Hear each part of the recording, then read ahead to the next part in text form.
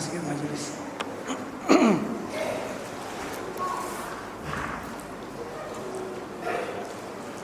Bismillahirrahmanirrahim.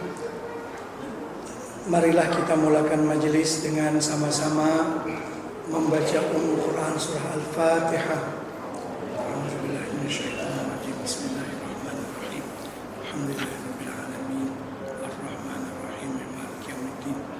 Iyyaka na'budu wa iyyaka nasta'in. Ihdinas siratal mustaqim. Shiratal ladzina an'amta 'alaihim ghairil maghdubi 'alaihim.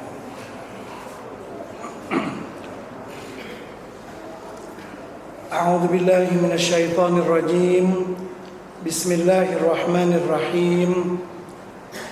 Alhamdulillahi nahmaduhu wa nasta'inuhu wa nastahdihi wa nastarshiduhu wa nu'minu bihi wa natawakkalu alayhi wa na'udzu bihi min shururi anfusina wa min sayyiati a'malina. Allahumma salli wa sallim wa barik ala sayyidina wa maulana Muhammad wa ala alihi wa sahbihi ajma'in. Subhanaka la ilma lana illa ma 'allamtana innaka antal alimul hakim wa la hawla wa la quwwata illa billahil aliyyil azim.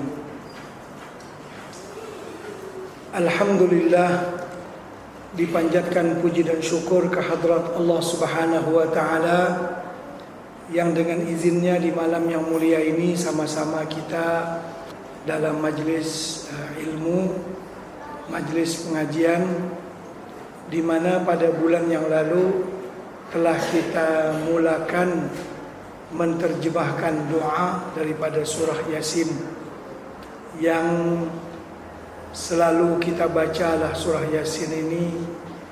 Kalau Nabi kita saban malam sekurang-kurangnya Nabi kita membaca 5 surah.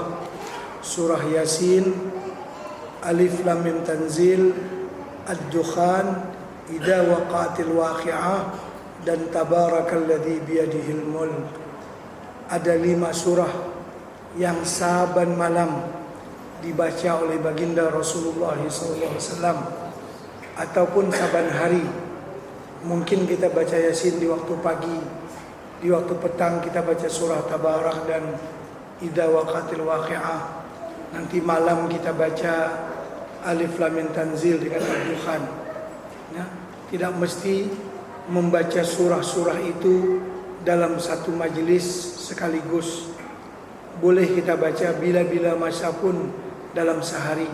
Cuma biasanya Nabi kita membaca pada setiap malam, terutama surah Yasin yang Nabi kita bersabda, innahu qalbul Quran. Surah Yasin itu jantungnya Al-Quran. Dan aku menghendaki surah Yasin itu ada di hati setiap orang Islam. Artinya kalau kita tak hafal daripada Al-Quran kecuali surah Yasin pun itu sudah satu benda yang cukup baik. Surah Yasin itu sekurang-kurang kata Nabi ada di hati umatku. Kata kita kurang-kurang pun surah lain tak hafal, Yasin jangan tak hafal. Baik, setelah kita huraikan kelebihan surah Yasin dan kelebihan surah-surah yang mengikutinya seperti yang ada tercantum dalam kitab Bekal Akhirat, dan hari itu telah kita terjemahkan bahagian yang pertama dari doa surah Yasin pada muka surat 23, itu sudah ada kita terangkan pada bulan yang lalu. Kemudian kita melihat pula pada doa yang kedua. Doa, walaupun doa ini bukan warid daripada baginda Rasulullah, bukan ada hadis yang meriwayatkan bahwa Nabi kita apabila baca surah Yasin baca doa ni, tak ada lah macam tu. Doa ini adalah yang dikarang oleh para alim ulama yang arifin, yang pintar-pintar, yang pandai-pandai berdoa dan meminta kepada Allah Subhanahu wa taala.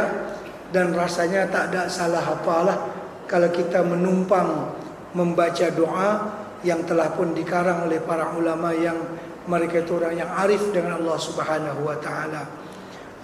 Pada bahagian yang pertama itu doa yang dikarang oleh Al-Habib As-Sayyid Abdullah bin Alawi Al-Haddad rahimahullahu ta'ala.